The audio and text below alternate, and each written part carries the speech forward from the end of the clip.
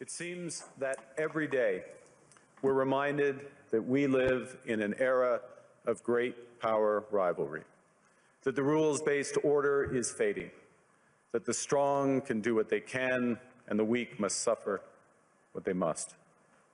And this aphorism of Thucydides is presented as inevitable, as the natural logic of international relations reasserting itself. And faced with this logic, there is a strong tendency for countries to go along to get along, to accommodate, to avoid trouble, to hope that compliance will buy safety. Well, it won't. So what are our options? In 1978, the Czech dissident Václav Havel, later president, wrote an essay called The Power of the Powerless. And in it, he asked a simple question: how did the communist system sustain itself? And his answer began with the greengrocer.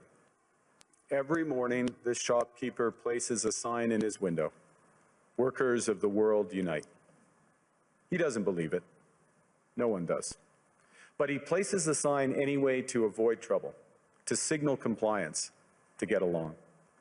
And because every shopkeeper on every street does the same, the system persists. Not through violence alone, but through the participation of ordinary people in rituals they privately know to be false.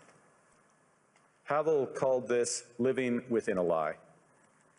The system's power comes not from its truth, but from everyone's willingness to perform as if it were true. And its fragility comes from the same source. When even one person stops performing, when the greengrocer removes his sign, the illusion begins to crack. Friends, it is time for companies and countries to take their signs down. For decades,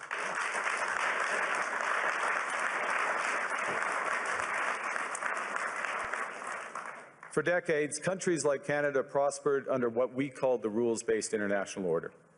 We joined its institutions, we praised its principles, we benefited from its predictability.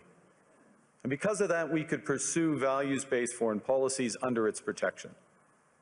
We knew the story of the international rules-based order was partially false, that the strongest would exempt themselves when convenient, that trade rules were enforced asymmetrically. And we knew that international law applied with varying rigor depending on the identity of the accused or the victim.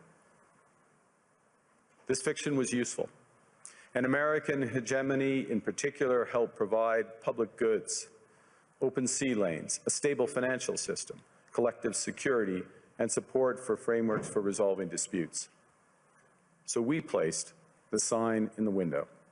We participated in the rituals, and we largely avoided calling out the gaps between rhetoric and reality. This bargain no longer works. Let me be direct. We are in the midst of a rupture, not a transition. Over the past 2 decades, a series of crises in finance, health, energy, and geopolitics have laid bare the risks of extreme global integration. But more recently, great powers have begun using economic integration as weapons. Tariffs as leverage, financial infrastructure as coercion, supply chains as vulnerabilities to be exploited. You cannot live within the lie of mutual benefit through integration when integration becomes the source of your subordination. The multilateral institutions on which the middle powers have relied, the WTO, the UN, the COP, the architecture, the very architecture of collective problem solving are under threat. And as a result, many countries are drawing the same conclusions, that they must develop greater strategic autonomy in energy, food, critical minerals, in finance and supply chains. And this impulse is understandable. A country that can't feed itself, fuel itself, or defend itself has few options. When the rules no longer protect you, you must protect yourself. But let's be clear-eyed about where this leads. A world of fortresses will be poorer, more fragile, and less sustainable. And there's another truth. If great powers abandon even the pretense of rules and values for the unhindered pursuit of their power and interests, the gains from transactionalism will become harder to replicate. Hegemons cannot continually monetize their relationships. Allies will diversify to hedge against uncertainty. They'll buy insurance, increase options in order to rebuild sovereignty. Sovereignty that was once grounded in rules but will increasingly be anchored in the ability to withstand pressure. This room knows this is classic risk management. Risk management comes at a price. But that cost of strategic autonomy, of sovereignty, can also be shared. Collective investments in resilience are cheaper than everyone building their own fortresses. Shared standards reduce fragmentations. Complementarities are positive sum. And the question for middle powers like Canada is not whether to adapt to the new reality. We must. The question is whether we adapt by simply building higher walls or whether we can do something more ambitious. Now, Canada was amongst the first to hear the wake-up call, leading us to fundamentally shift our strategic posture. Canadians know that our old, comfortable assumptions that our geography and alliance memberships automatically conferred prosperity and security, that assumption is no longer valid. And our new approach rests on what Alexander Stubb, the President of Finland, has termed value-based realism. Or to put another way, we aim to be both principled and pragmatic. Principled in our commitment to fundamental values, sovereignty, territorial integrity, the prohibition of the use of force except when consistent with the UN Charter, and respect for human rights. And pragmatic in recognizing that progress is often incremental, that interests diverge, that not every partner will share all of our values. So we're engaging broadly, strategically, with open eyes. We actively take on the world as it is, not wait around for a world we wish to be. We are calibrating our relationships so their depth reflects our values. And we're prioritizing broad engagement to maximize our influence, given the fluidity of the world at the moment, the risks that this poses, and the stakes for what comes next. And we are no longer just relying on the strength of our values, but also the value of our strength.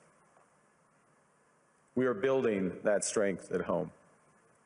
Since my government took office, we have cut taxes on incomes, on capital gains, and business investment. We have removed all federal barriers to interprovincial trade. We are fast-tracking $1 trillion of investments in energy, AI, critical minerals, new trade corridors, and beyond.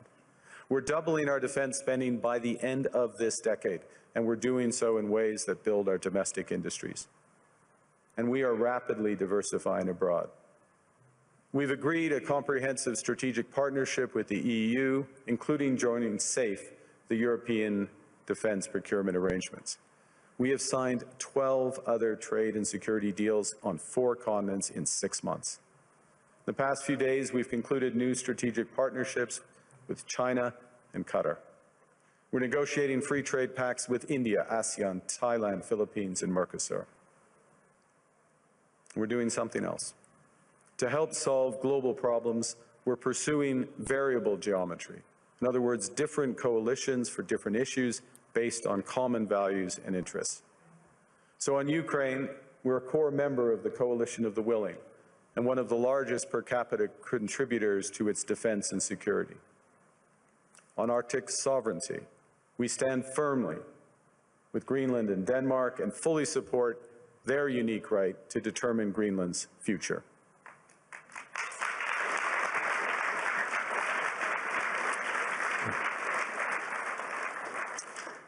Our commitment to NATO's Article 5 is unwavering. So we're working with our NATO allies, including the Nordic-Baltic 8, to further secure the alliance's northern and western flanks, including through Canada's unprecedented investments in over-the-horizon radar, in submarines, in aircraft, and boots on the ground, boots on the ice. Canada strongly opposes tariffs over Greenland and calls for focused talks to achieve our shared objectives of security and prosperity in the Arctic.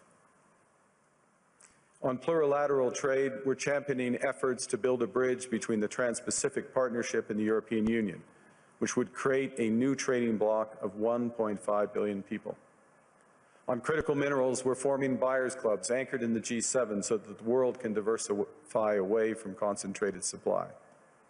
And on AI, we're cooperating with like-minded democracies to ensure that we won't ultimately be forced to choose between hegemons and hyperscalers. This is not naive multilateralism, nor is it relying on their institutions. It's building coalitions that work, issues by issue, with partners who share enough common ground to act together. In some cases, this will be the vast majority of nations. What it's doing is creating a dense web of connections across trade, investment, culture, on which we can draw for future challenges and opportunities. Argue the middle powers must act together because if we're not at the table, we're on the menu. But I'd also say that great powers can afford for now to go it alone. They have the market size, the military capacity, and the leverage to dictate terms. Middle powers do not. But when we only negotiate bilaterally with a hegemon, we negotiate from weakness. We accept what's offered. We compete with each other to be the most accommodating. This is not sovereignty. It's the performance of sovereignty while accepting subordination. In a world of great power rivalry, the countries in between have a choice: compete with each other for favor, or to combine to create a third path with impact. We shouldn't allow the rise of hard power to blind us to the fact that the power of legitimacy, integrity, and rules will remain strong if we choose to wield them together. Which brings me back to Havel. What does it mean for middle powers to live the truth? Well, first, it means naming reality. Stop invoking rules-based international order as though it still functions as advertised. Call it what it is: a system of intensifying great power rivalry where the most powerful pursue their interests using economic integration as coercion. It means acting consistently, applying the same standards to allies and rivals. When middle powers criticize economic intimidation from one direction but stay silent when it comes from another, we are keeping the sign in the window. It means building what we claim to believe in. Rather than waiting for the old order to be restored, it means creating institutions and agreements that function as described. And it means reducing the leverage that enables coercion. That's building a strong domestic economy. It should be every government's immediate priority. And diversification internationally is not just economic prudence, it's a material foundation for honest foreign policy, because countries earn the right to principled stands by reducing their vulnerability to retaliation. So Canada. Canada has what the world wants. We are an energy superpower. We hold vast reserves of critical minerals. We have the most educated population in the world. Our pension funds are amongst the world's largest and most sophisticated investors. In other words, we have capital, talent. We also have a government with immense fiscal capacity to act decisively. And we have the values to which many others aspire. Canada is a pluralistic society that works. Our public square is loud, diverse, and free. Canadians remain committed to sustainability. We are a stable and reliable partner in a world that is anything but. A partner that builds and values relationships for the long term. And we have something else. We have a recognition of what's happening and a determination to act accordingly. We understand that this rupture calls for more than adaptation. It calls for honesty about the world as it is. We are taking the sign out of the window. We know the old order is not coming back. We shouldn't mourn it. Nostalgia is not a strategy, but we believe that from the fracture, we can build something bigger, better, stronger, more just. This is the task of the middle powers. The countries that have the most to lose from a world of fortresses and the most to gain from genuine cooperation. The powerful have their power, but we have something too. The capacity to stop pretending, to name reality, to build our strength at home, and to act together. That is Canada's path. We choose it openly and confidently, and it is a path wide open to any country willing to take it with us. Thank you very much.